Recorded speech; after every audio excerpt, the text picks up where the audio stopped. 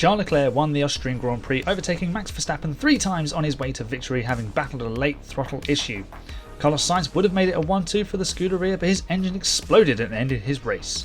Lewis Hamilton completed the podium for the 3rd race in a row. Welcome to the Grand Prix-Cap for the Austrian Grand Prix, everybody, here on the 5 Red Lights F1 podcast. My name is Aaron Harper. Thank you for joining me today.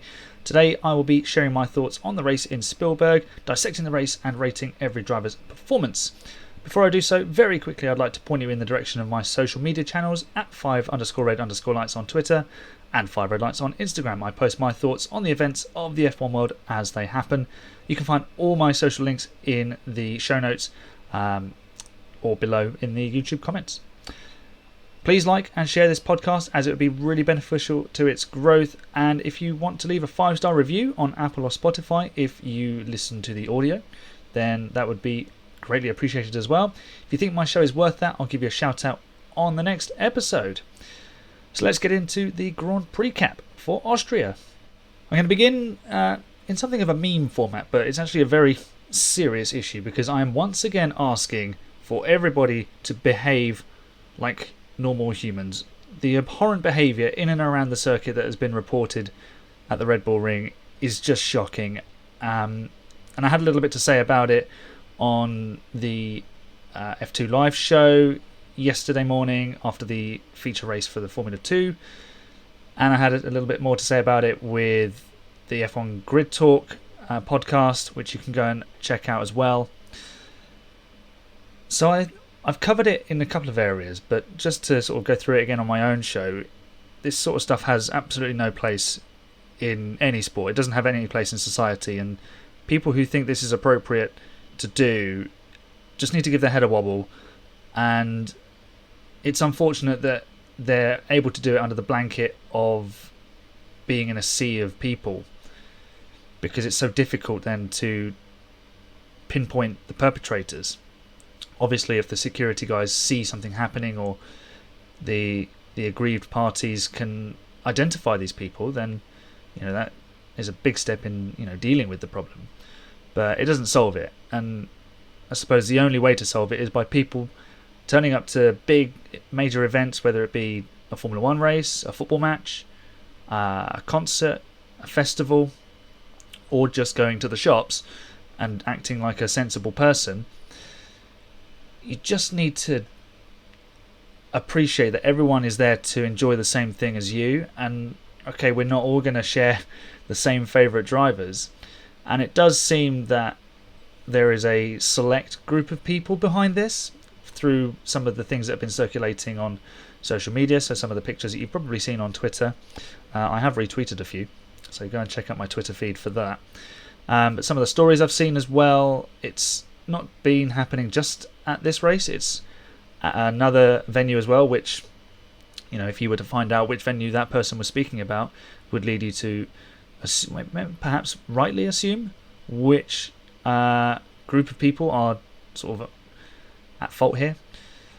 It's such a shame, because everybody deserves to go to an event that they've paid good money for and enjoy it. And who are you to take that positivity out of someone's life? How bad must your life be for you to go and do that to somebody else? I can only offer my sympathies to the women that have suffered over this weekend, and hope that Formula 1 clamp down on this sort of behaviour. They've said that they're in discussions with the promoter. But there's a bigger issue here in the fact that it reflects badly on the owners of the circuit, because they'll be in what's the word for it? They'll be in contact with the promoters, of course. And obviously it is the Red Bull Ring, so it doesn't reflect well on Red Bull, which then doesn't reflect well on their Formula 1 team. So it's all a bit of a vicious circle there, and there's a negative picture forming around Red Bull, which I don't want to see, because they've done a lot of good for Formula 1. But this sort of stuff needs to be stamped out very quickly and dealt with in the appropriate manner, and made sure that it doesn't happen again. Drivers like Sebastian Vettel have called for lifetime bans for these sort of people, and I'd go along with that. Toto Wolff was very clear in his words he used very strong wording to tell them where to go. So the Formula One circus is saying the right things. It's about action, though. It's the same people putting their foot down and doing the same things. It'd be nice to see everyone, including the FIA, back this up and do it with some firm actions. Let's dive on into the race itself then. Charles Leclerc, he won the race. He's back in the hunt, but this has to be the start of his title tilt. Now, I know, obviously, he kicked off the season with 2 wins from the first 3 races, but since then, the wheels have wobbled. They haven't quite come off for Ferrari completely, but they've certainly wobbled, and they've won the last 2 races. So, Charles will rightly feel that he definitely has a shot at this World Championship.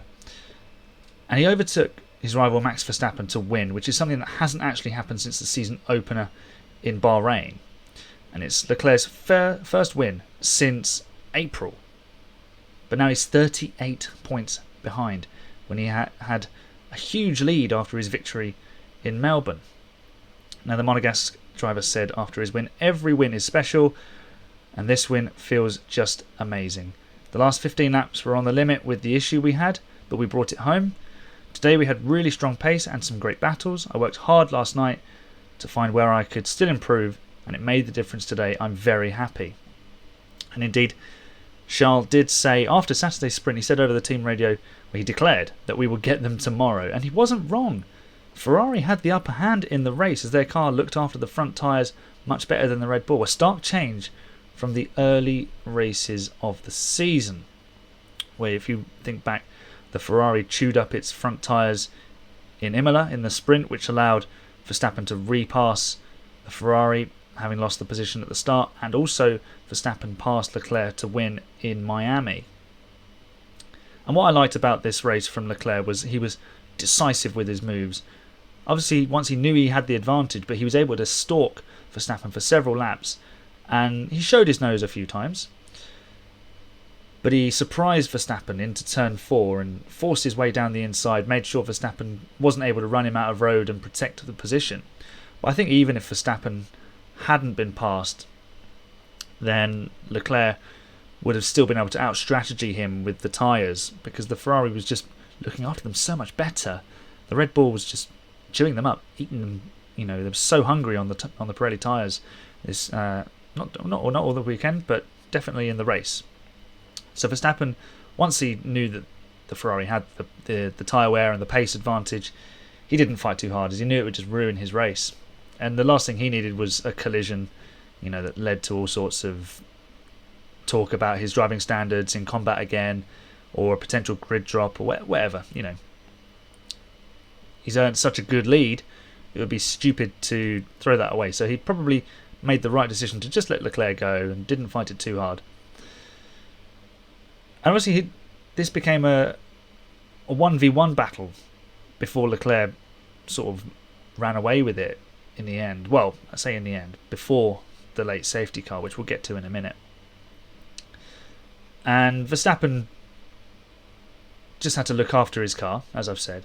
But Sergio Perez was out of the picture, and Carlos Sainz is still a long way behind in the championship standings and was, you know, not a distant third, but he was not right on Verstappen's tail. But he did soon close up. And for Leclerc, it's a decisive moment because he's passed his rival 3 times on a track where Verstappen has won multiple times, and having, you know, sort of waltzed away with the sprint, Ferrari had allowed Verstappen to get away because they allowed their drivers to battle, which was a bit silly. And again, it speaks back to the mess that was the Silverstone race for Ferrari, and yet somehow they managed to come away with the victory there, when really they should have had a 1-2 in both races, but they didn't for different reasons.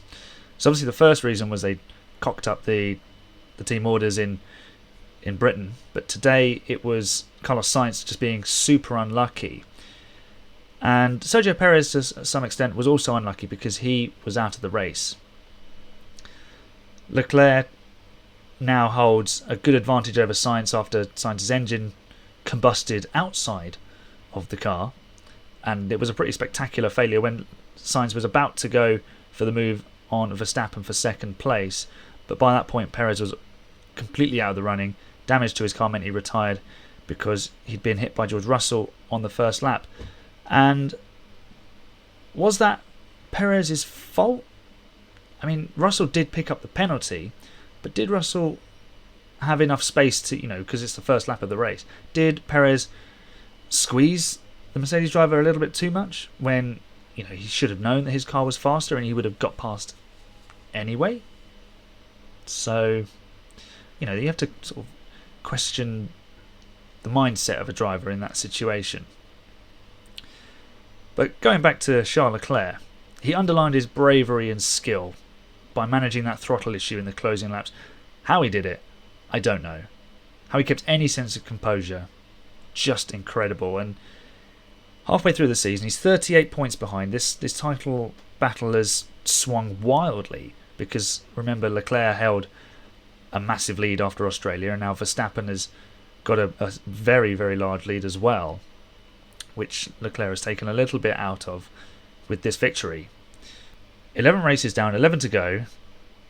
A couple of wins for Leclerc and a little bit of misfortune for Verstappen, and it's very much game on. But at the moment, let's not get too carried away, I think, because for me, Verstappen and Red Bull are still the fastest car and driver combination, but Leclerc and Ferrari, when they get it right, are every bit as fast. But the problem is, they don't always get it right. I think this is the end of Carlos Sainz's title bid. It's probably the end of Sergio Perez's as well. So what we should see in the next half of the season, and especially the next couple of races leading up to the summer break, maybe not an outward bias from the teams towards one driver, but certainly a little lean in that direction, especially for Verstappen and probably for Charles Leclerc now. So that would just help Leclerc a little bit, because if Sainz can continue his form, and he was driving really well yesterday, if he can continue that form in the next couple of races, he can certainly take points off Verstappen and just make Charles's job that little bit easier. And this title fight, as much as it's going to be between Verstappen and Leclerc, it might just come down to Perez and Sainz, and which of the second drivers gets the most points off of the number one of the other team. So how many points can Sainz take from Verstappen, and how many can Perez stop Leclerc getting? It's going to be a fascinating duel, and don't forget, the Mercedes are making gains as well, and they could throw their mischief into the mix too. It was a really exciting race, wasn't it? It was very action-packed. There was lots of strategy, but there was lots of racing going on, and the cars in the midfield were able to battle for multiple corners and many laps as cars passed and repassed each other. It was brilliant to watch. At one point, we had the Haas pair, Lando Norris, Fernando Alonso and Zhou Guanyu, all battling into turn 3. So, what was it, the Haas pair? We had 5 cars going into turn 3, and I forget who they were. I was just mesmerised by what I was seeing. It was fantastic. And what was really nice to see was, I know we had a couple of collisions at turn 4 because drivers did or didn't leave enough space. But we saw some excellent racing. I saw an onboard this morning between Fernando Alonso and Sebastian Vettel, where they went side by side multiple occasions, and it started on the exit of turn 1, and the move from Alonso was finished at turn 7. And we saw many drivers in faster cars making multiple passes in quick succession. If you think about Lewis Hamilton, he was stuck behind both Haas cars in the early stages, but when George Russell pitted for a new set of tyres and a change of front wing, it stopped that DRS train. Ocon moved ahead, and then Hamilton was able to pass both Haas drivers in less than a lap. He bravely passed Schumacher at turn 7 on the inside, which is where he'd had his crash on Friday qualifying, if you remember. And then he passed Magnussen with a DRS into turn 4, less than a lap later. So that was really nice to see. And George Russell also took Lance Stroll's Aston Martin at turn 7. We saw lots of interesting positions being taken up by the drivers to execute their overtakes. We still saw some dodgy racecraft. looking at you, Pierre Gasly, because contact with Lewis Hamilton in the sprint at the start, just mindlessly moving over and forgetting that there's going to be cars on the outside. Maybe it's a question of how useful the mirrors really are, but it's the start of the race. There's going to be a car on your outside. There's probably going to be one on the inside too. So that was a bit dumb. And then the collision with Vettel was hands down his fault. But apart from that, we saw some really, really good racing. I know we had the Perez and Russell incident too, but for the most part, really good. And the 2022 cars are still proving that they're fantastically much more raceable than the previous generation. The DRS is sometimes too powerful, sometimes not quite powerful enough. The lack of slipstream effect is tricky, but over time I think this will all sort of close up and the teams will zone in on the way to make the most of that and to really access the opportunities of overtaking. But the cars are able to travel so much more closely than they were before, and it just makes everything more exciting. It's brilliant. I love it. But something maybe we I don't know, this might split opinion. Maybe we'll talk about the track limits and the collisions. So Sergio Perez picked up a penalty in qualifying, but it was retrospective. Now we're going to debate whether this was fair or what Martin Brundle called brutal. So to run you through, obviously you probably already know, Sergio Perez was obviously caught outside the track limits at turn 8 on the inside of the track, where he basically cut the corner in Q2, got through to Q3 with that lap time, then did his Q3 runs, finished 4th, getting ahead of George Russell. But then later on he was stripped of all of his Q3 lap times and had his fastest qualifying 2 lap time deleted, which demoted him back to 13th. It is fairly brutal because it came later, and I think, Checo definitely explained this with Sky Sports, that they'd gone through all of the processes for Q3, they'd used the tyres, they'd put the mileage on the engine. The drivers had complained about not being able to see the white line, and it's something we'll pick up on in a minute.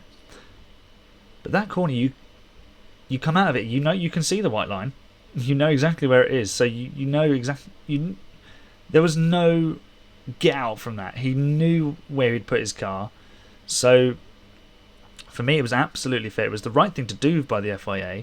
It's just the frustrating thing is it should have come earlier, and I agree with Sergio that it's frustrating to have put the mileage on the engine, but then he ended up saving a load of mileage on Sunday anyway. But obviously he wasn't to know that. And this whole thing about being able to see the white line, I do understand. Obviously I don't drive the cars, I'm not a Formula 1 driver, just a pundit, I'm just a fan. But then surely you just stay within the white line, no? And it's easy to say that, but these are racing drivers and we have to remember that they're going to push the limits as far as they can go, and they're trying to go as fast as possible, because if they're not, someone else is. Norris and Gasly were amongst those picking up 5-second time penalties for track limits. But there's got to be a definitive amount that there is already, but I've seen suggestions for a second line that the outside wheels mustn't cross, which should definitely be the case. But then where do you put that if there's curbing there? How do you know? Maybe just make the rule must have the inside tyres inside the white line at all times, because then that will stop the cars going anywhere too far close to the sausage curbs on the outside of corners like turn 1 and turn 3 and at other corners around the year. So it's a step in the right direction.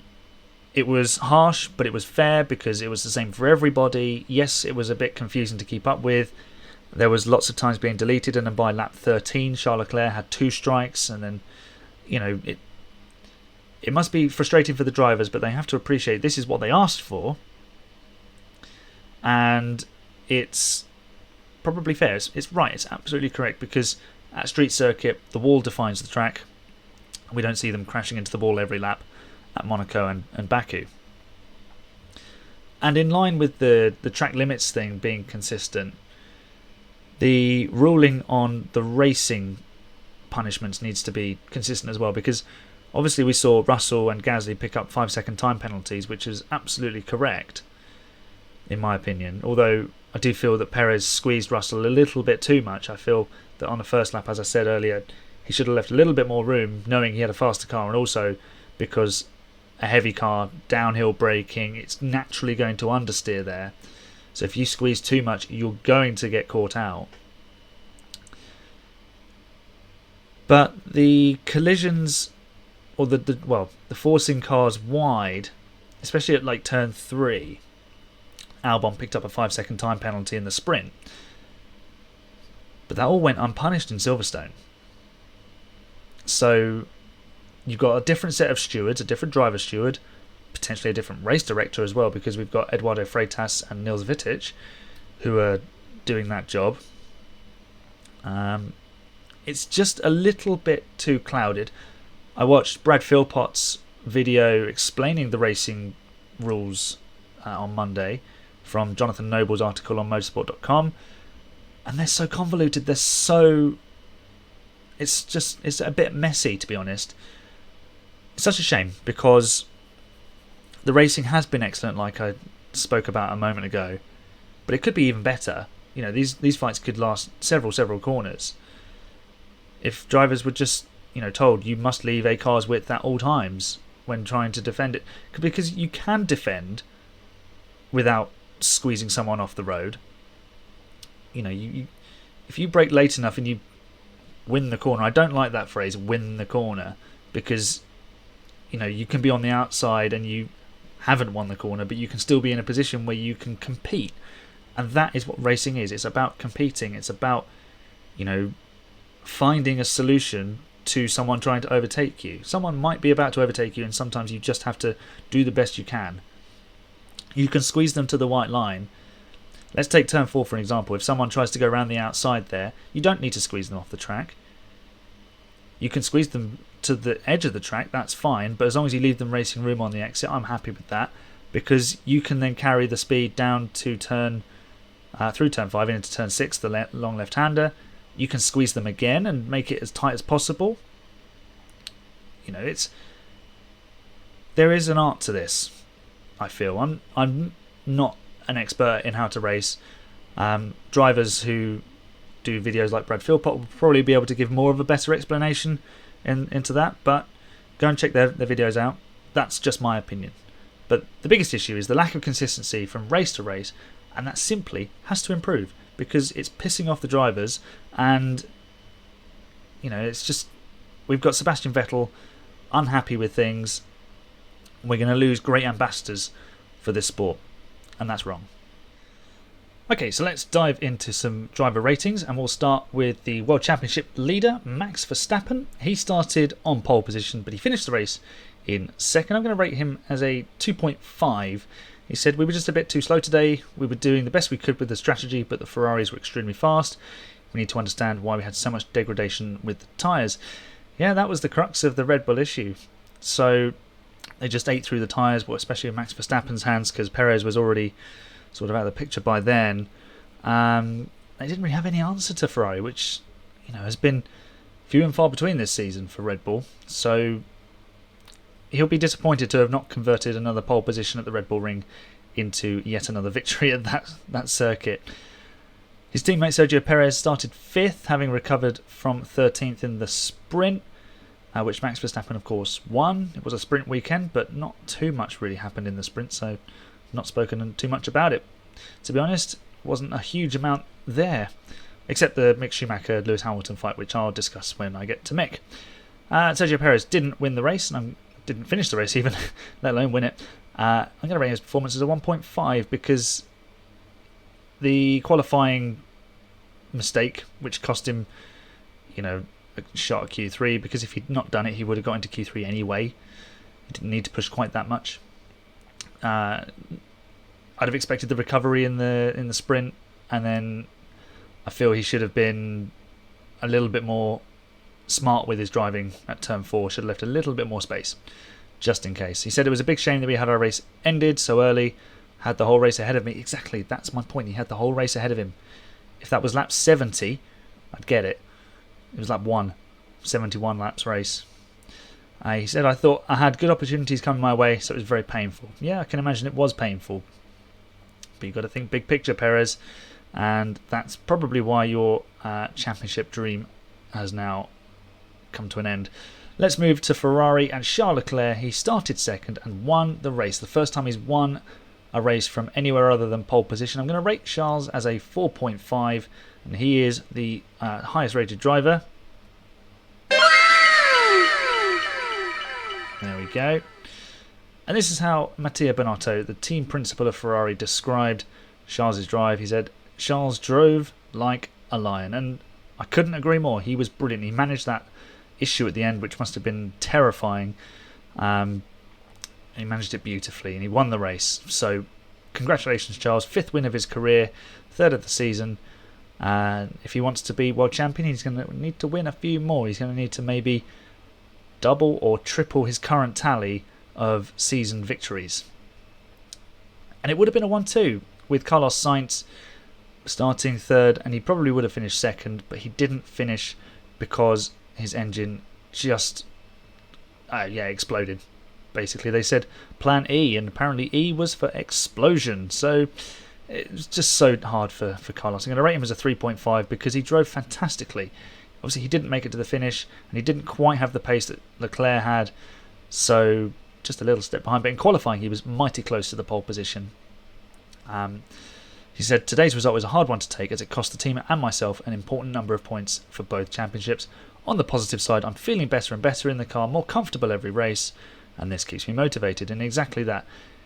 If Sainz is starting to get more comfortable in the car, we're seeing that. He's now won a race. That confidence is there.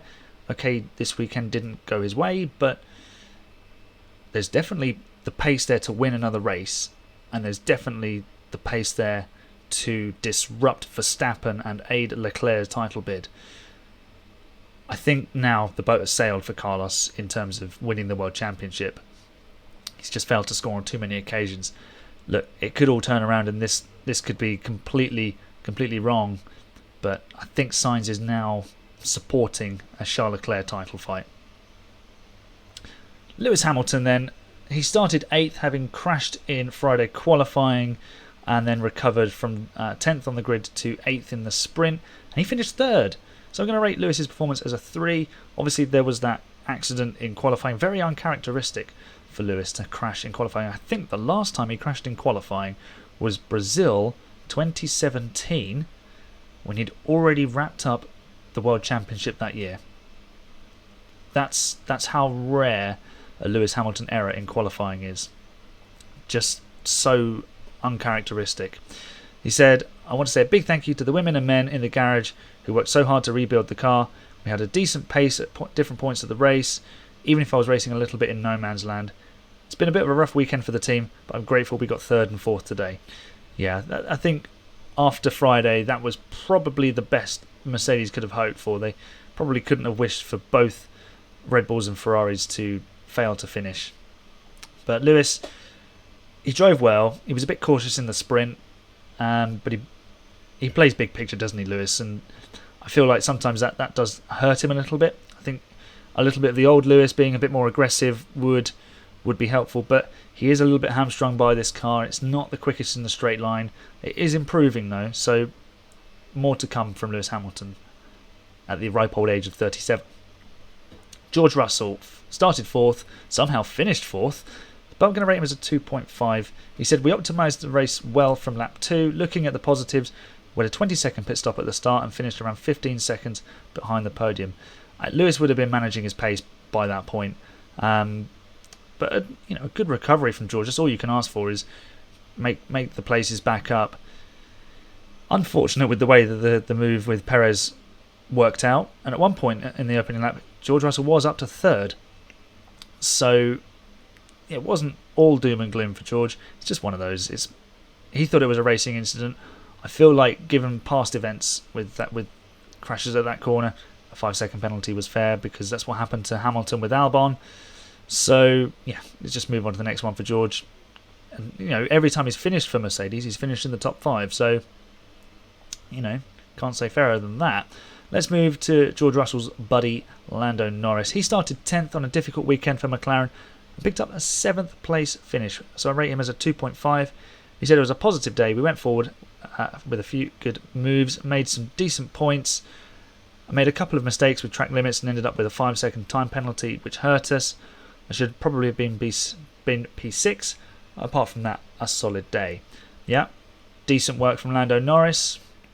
Wasn't really ever going to trouble the front of the midfield. The McLaren not quite working around the Red Bull ring. And Daniel Ricciardo, starting 11th, brought home a 9th place. I'm going to give him a 2.5 as well.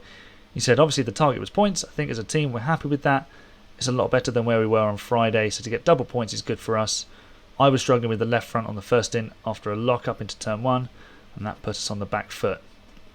So, decent recovery when you look at it like that. Didn't really see much of Daniel Rick during the race, but 7th and 9th, that's a decent save from where McLaren were on Friday when they qualified 15th and 16th.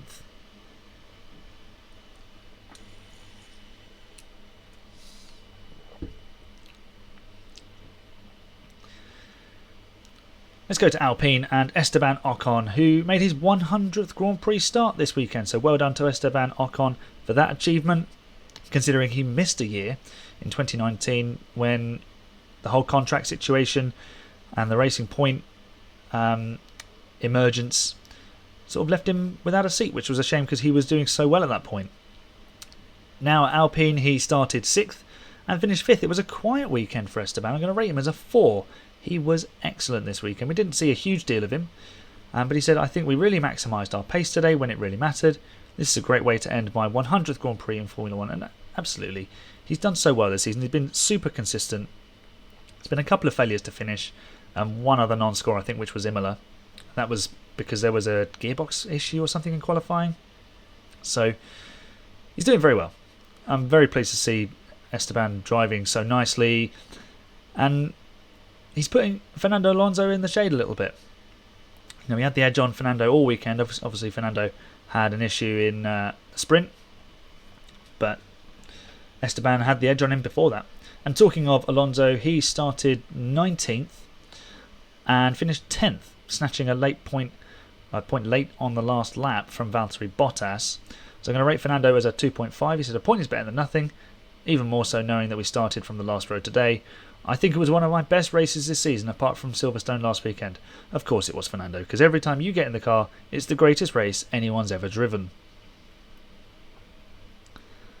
Valtteri Bottas in Alfa Romeo started from the pit lane and finished 11th. 2.5 is the rating I give VB. He said, I was hoping for points today. That was the target, and it's a little bit disappointing to be finishing just outside the top 10. Coming from the pit lane and finishing 11th and just missing out on a point probably tells you that the car was very, very good. And if you can continue that form, then you'll be just fine at the next races. Zhou Guanyu started 13th, finished 14th. I'm going to rate him as a 2. He was a little bit quiet. Obviously had the issue in the sprint at the start, which meant there was a aborted start and one extra formation lap. He said, I feel we had a lot more potential in our car this weekend, so I'm not happy with this result. We looked strong yesterday. We spent much of the first part of the race stuck in a train, then struggled with the hard tyre. But the fact that Zhou is not happy with a P14 and just a sensible weekend, which of course didn't recover any points for him, shows a lot about where he is at in terms of his confidence, where his form has been, and what the Alfa Romeo car is capable of. And he's really, really coming into his own now. And after a bit of a rocky start, people were left a little bit unconvinced. He's doing a very neat and tidy job. So well done, Zhou. Someone who didn't do a neat and tidy job this weekend was Pierre Gasly. Started the race 14th, finished at 15th.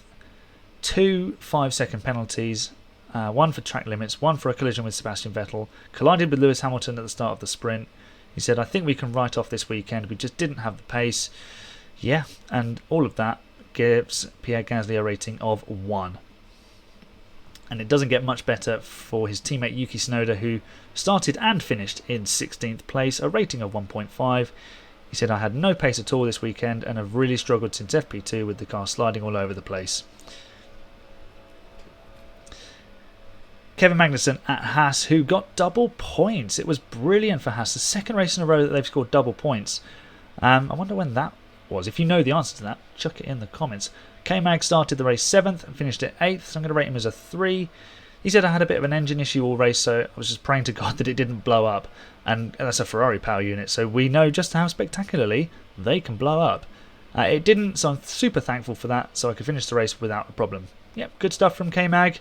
Avoided any lap 1 shenanigans to go on and finish the race in solid points position, which he could have done in Spain and in Canada without some bumping with Lewis Hamilton.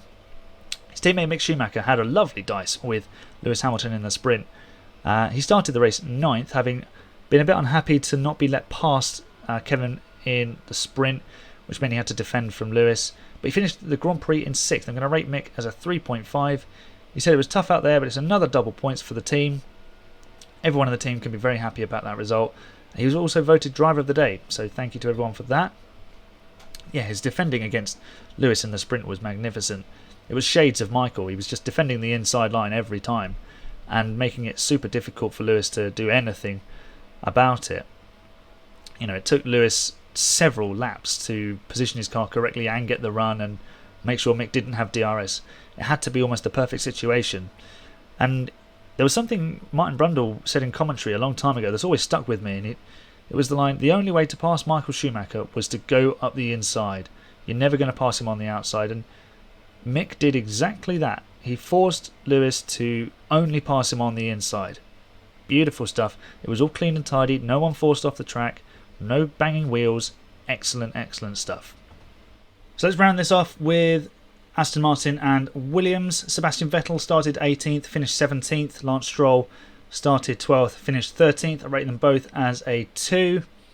Seb said it was a tricky race. He was hit by some debris on lap 1, which may have damaged the car. They weren't competitive on the hard tyres, but the medium was better. And we were working our way through the field until contact with Pierre. Lance said it would have been nice to come away with a point or two after a strong recovery drive, but we have to keep pushing and we will try to return to the points in France. And at Williams, Alex Albon started 15th, finished 12th. Latifi and Nicholas Latifi started 17th and didn't finish, both of them getting a 2 as well. Albon said it was a fun race, we took risks and were bold. It was a good race. Latifi, he sustained floor damage running over some debris at the start of the race, and he ran wide on one of the curbs. So as always, let me know if you differ on driver ratings. If you disagree with my highest scoring performer, which was Charles Leclerc, then let me know in the comments. And now let's rate the race. I gave it a 7 out of 10. It was engaging and exciting at parts. There was lots of good racing. And it was actually good for the championship that Ferrari won this race with Charles Leclerc. Otherwise, we might well have been saying goodbye to any title fight at all. It could definitely be closer than it is now if Ferrari had made the most of their package and been reliable on the track and crucially on the pit wall. But there's still much to play for. 38 points with 11 races to go. We've seen how much it can swing already this season. So there's no reason to think that that can't happen again. This is Formula 1. Anything can happen, and it usually does. So I put the question of rating the race to everybody else at Formula 1 Grid Talk. Tom Horrocks, Phil Matthew and Ruby Price gave the race a 7. Tom said it was more interesting for the politics outside the racing, like who would get a penalty. Phil said there was a lot going on through the field and a dramatic finish. Ruby said she would have given the race an 8 if Sainz had got P2. Carl King did give the race an 8, saying it was better than expected. George Howson also scored the race at 8 out of 10, describing the race as a great strategic battle. Jawad Yacoub and Jared Partridge also gave the race 8 out of 10. Comment below or send me a message with your race score as well. And to finish off the show, let's look at how my predictions fared. I went for Max Verstappen on pole and I got that.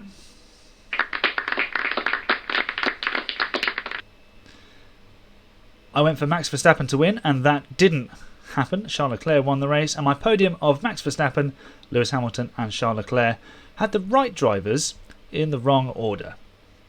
My bold predictions, Esteban Ocon beats Fernando Alonso.